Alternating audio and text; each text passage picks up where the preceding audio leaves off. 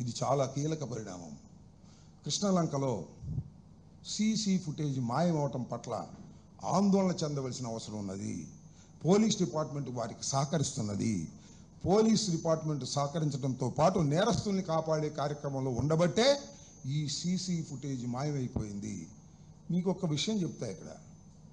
According to supreme court decision, ఏదైనా ఒక police స్టేషన్లో కానీ మరొక చోట కానీ సీసీ ఫుటేజ్ 18 మాసాలు స్టోర్ చేయాలి.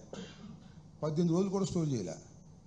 హోంమంత్రి గారు ఏమన్నారు తెలిసి మధ్యన, రాష్ట్రంలో 70,000 సీసీ కెమెరాలు ఉన్నాయి, ఎక్కడ నేరం జరిగినా తక్షణం తీసేస్తామన్నారు.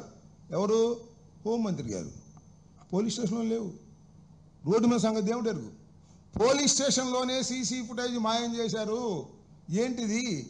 ఏమండి హోంమంత్రి గారు, మీ వల్ల కాదులే. పవన్ కళ్యాణ్ గారికి ఇవ్వండి, సీసీ కెమెరాలు తెప్పిస్తాడు. పవన్ కళ్యాణ్ గారికి హోమ్ ఇస్తే సీసీ కెమెరాలు తెప్పిస్తాడు. పాపం అనిత్ గారి వల్ల ఈ సీసీ కెమెరాలు మాయమైపోతాయి. నేరస్తులేమో పారిపోతుంటారు, నేరస్తులనేమో కాపాడుతూ ఉంటారు, పోలీస్ డిపార్ట్మెంట్లో ఉన్న నేరస్తులనేమో రక్షిస్తూ ఉంటారు, సీసీ ఫుటేజీలు పోతూ ఉంటాయి. అందువల్ల డిప్యూటీ సీఎం పవన్ కళ్యాణ్ గారు హోంశాఖ ఇస్తే ఇవన్నీ సెట్ అవుతాయి. అది ఆలోచించండి. ఏమిటి అన్యాయం నాకు అర్థం కాల. హోంమంత్రి గారు అద్భుతమైనటువంటి ఉపన్యాసాలు చెబుతున్నారు మైకి ముందు. బ్రహ్మాండమైన సీసీ కెమెరాలు, సీసీ ఫుటేజీలు ఉన్నాయి ఈ రాష్ట్రంలో. నేరం జరిగితే 5 నిమిషాలు పట్టుకుంటా ఉన్నారు. చివరికి పోలీస్ స్టేషన్లోనే దిక్కుమొక్కు లేదు. ఇంత దారుణమైనటువంటి సంఘటన బహుశా ఎక్కడ జరగదని కూడా ఈ సందర్భంగా నేను చెప్తున్నాను.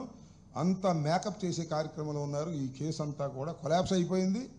కేవలం ఊరిని తూతూ మంత్రంగా ఆ తల్లిదండ్రుల్ని, ఆ తల్లిని లేదా వారి కుటుంబాన్ని ఏదో కంటి తుడుపు చర్య చేయాలనే ఉద్దేశంతో సిట్టు వేసి వాళ్ళ చేత విచారణ జరిపి నేరస్తులు ఎస్కేప్ అయ్యే విధంగా అతి బలహీనంగా కేసు రిజిస్టర్ చేశారు. అతి బలహీనంగా విచారణ జరుగుతుంది. అతి బలహీనంగా ఛార్జ్షీట్ వేస్తారు. ఇది కొలాప్స్ అయిపోతుంది. కాబట్టి central bureau of investigation like చేయండి, షేర్ చేయండి, సబ్స్క్రైబ్ చేయండి. మరిన్ని వీడియోల కోసం బెల్ సింబల్ పై క్లిక్ చేయండి.